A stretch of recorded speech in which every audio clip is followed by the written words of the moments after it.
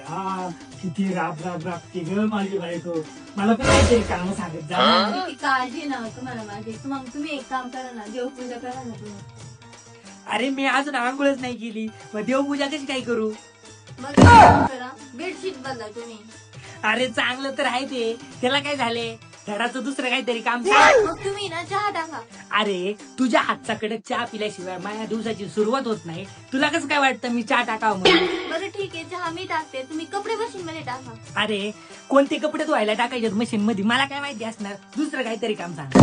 बरं ठीक आहे, मग एक काम करा, भांडे रचा. समजा मी भांडे रचले आणि उद्या चालून तुला भांडे नाही भेटली तर तू माझ्या नावाने बॉम्बा नाही मारणार का? तुम्ही एक काम करता का, फरशी पुसता का?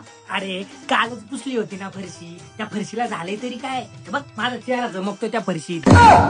तुम्ही एक काम करा, आता शांत बसा जरा.